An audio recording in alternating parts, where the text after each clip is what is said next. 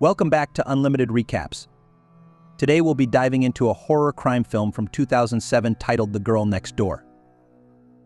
David, a prosperous businessman, is shown in the film's opening scene strolling down Wall Street when he receives a call on his trap phone.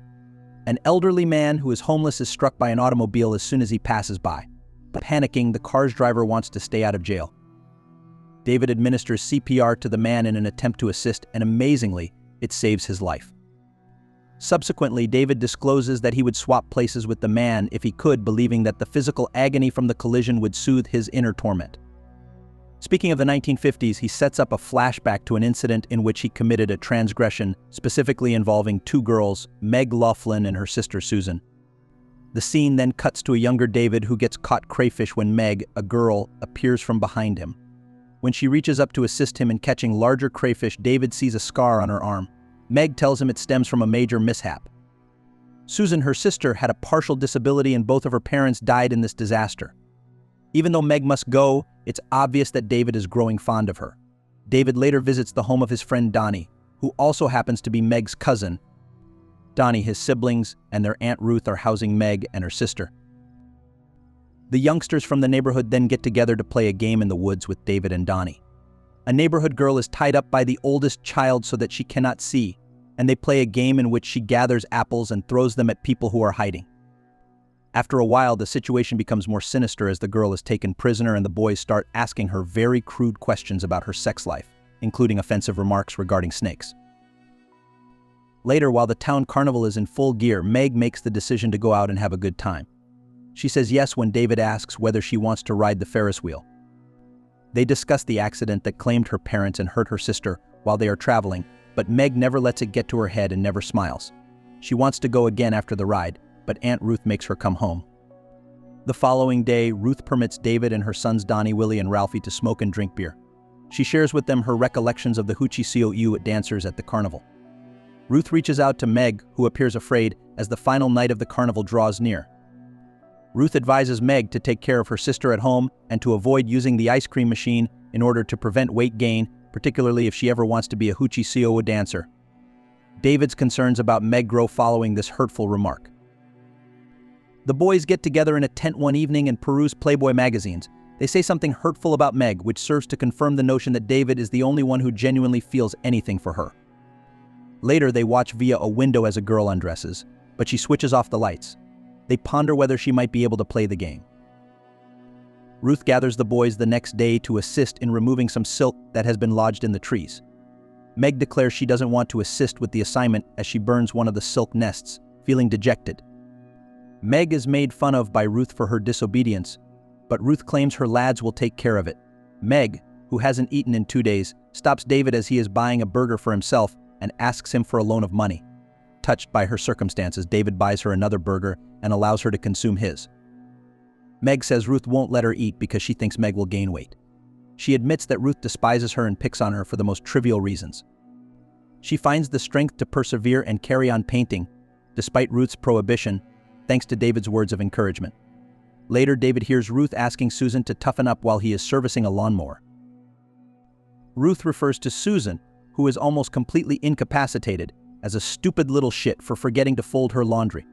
Later, Meg swiftly leaves after stopping by David's house to offer a watercolor painting. David visits Ruth's home and meets Susan the angel.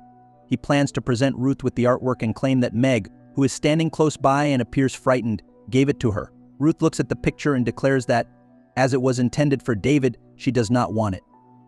She then accuses David's father of being a womanizer and deftly criticizes Meg behind her back by calling her a whore.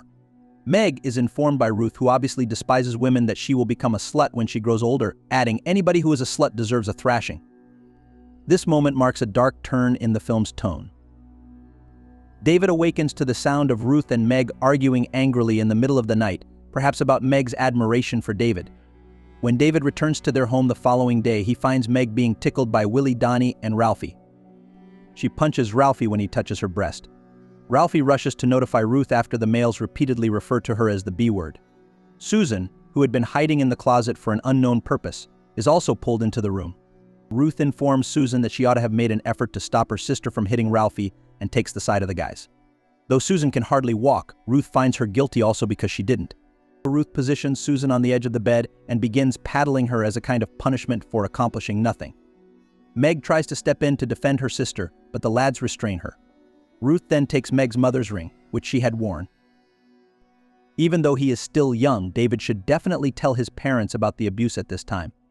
The children are aware that it's bad because a few days later, Donnie and David witness Meg discussing the beating with the police officer. Later, Meg and Susan are discovered by David sitting, frightened and withdrawn. Then Willie comes in and gives Meg a slap for calling the cops.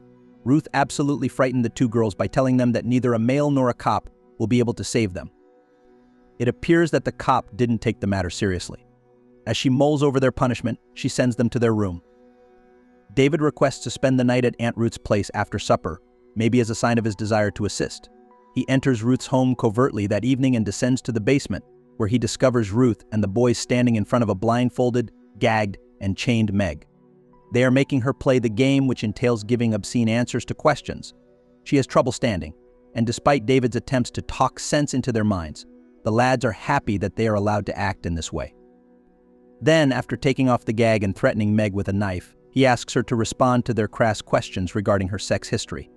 Perceiving that Susan and David are the only people who exhibit empathy, Meg inquires as to their whereabouts.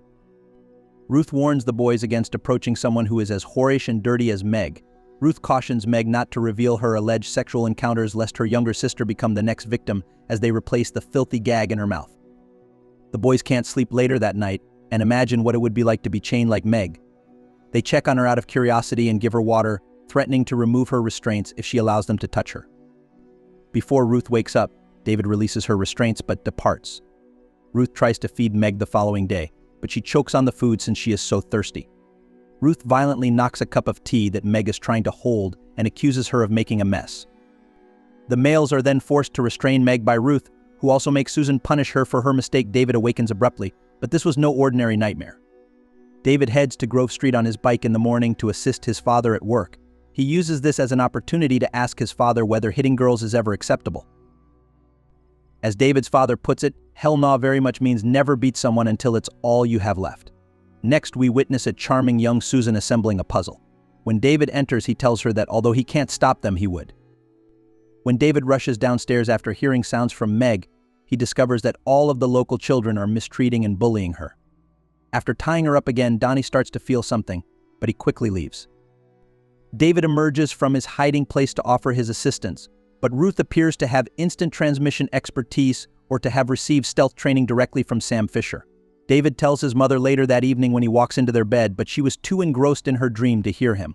Later on, Meg is subjected to more torture by the family, which includes cuts to her stomach.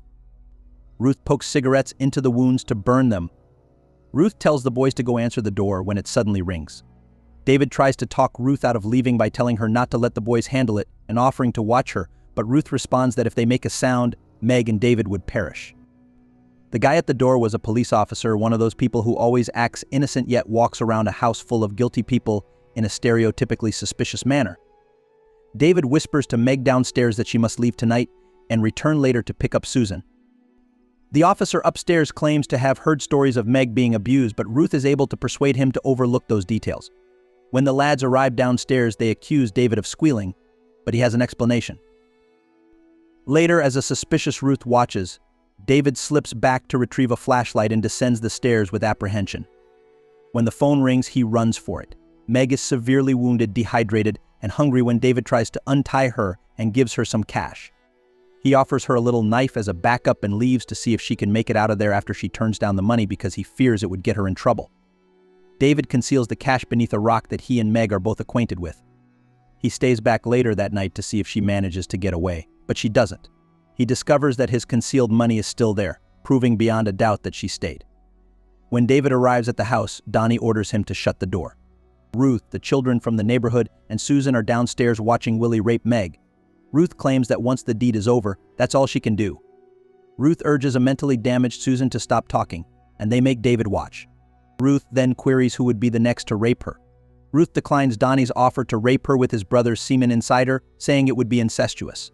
Everyone else wants to cut her, expose her as a whore, and send a message to the world. Ruth is heating up a bobby pin while David is restrained by everyone.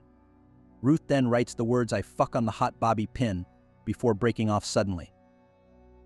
Once the act is complete, Ruth grinned while Meg's body was dismembered to prevent her from ever dating a guy. Ruth states in the message that Meg is still receiving punishment. Ruth then wants to remove her clitoris in order to eliminate any pleasure she may ever experience. David tries to flee, but is quickly apprehended and restrained in time to see Ruth use a blowtorch to mutilate Meg's vagina. It appears like David fainted, since he awakens in the basement. After letting go, he heads to meet Meg, who is still alive but is having her life taken away from her. David clearly responds no when Susan asks if he dislikes her, but she insists he should. Susan claims that Meg is solely to blame for this incident since she attempted to flee the previous evening but was apprehended due to her insistence on bringing her sister along. Meg was unwilling to go from her sister because Ruth was abusing Susan to the point of bleeding. When Meg does eventually wake up, she can hardly speak, but she admits it hurts. David lights a fire in the basement to aid with their escape. Ruth descends to see, and David uses Susan's crutches to knock her unconscious. He then kills Ruth with a few vicious blows before Donnie tackles Ruth. As Willie approaches David to beat him and puts a knife to his throat, the police arrive. After they take the lads away, a distraught and scarred David tells the officer what occurred. After Susan is taken away by the officer, David lies next to a dying Meg to hear her final words. David yanks off Meg's mother's ring when she asks him to get it back from Ruth. She speaks for a little while longer before passing away, expressing her perplexity over how someone could do this to another person. After that depressing summary, we return to the present, where David is still grieving Meg's loss. David says that Meg showed him that what matters is what you do last in the film as he walks back to his old crayfishing spot. Indeed, the movie was undoubtedly unsettling, but it also needed to be noted that it was a reflection of reality. We don't see many happy moments, so it's difficult to choose one, but I'd have to say that all of the times David and Meg were together was the most joyful. I only wish Meg had maintained that smile longer. If so, please remember to subscribe, like, and share it in order to see more fantastic movie recaps. I appreciate you watching.